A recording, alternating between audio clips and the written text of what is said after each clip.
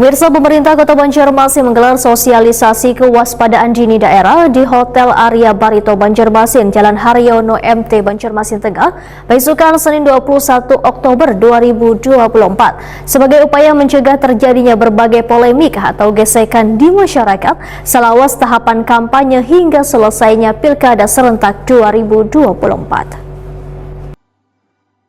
Pemerintah Kota Banjarmasin menggelar sosialisasi kewaspadaan dini daerah sebagai upaya mencegah terjadinya berbagai polemik atau gesekan di masyarakat selawas tahapan kampanye hingga selesainya Pilkada serentak 2024 di Hotel Arya Barito Banjarmasin, Jalan Haryono MT Banjarmasin Tengah, besokan Senin 21 Oktober 2024.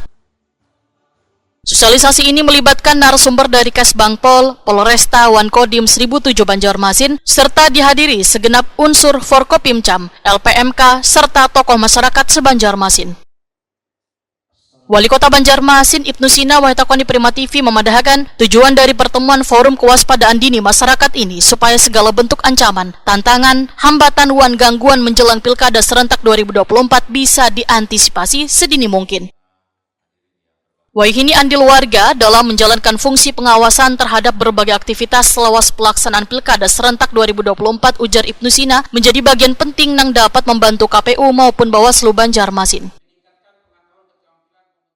Antisipasi segala sesuatu, gangguan, ancaman, tantangan, dan hambatan dalam rangka menjelang Pilkada Wali Banjarmasin dan juga Pemilihan Gubernur yang ada di Banjarmasin.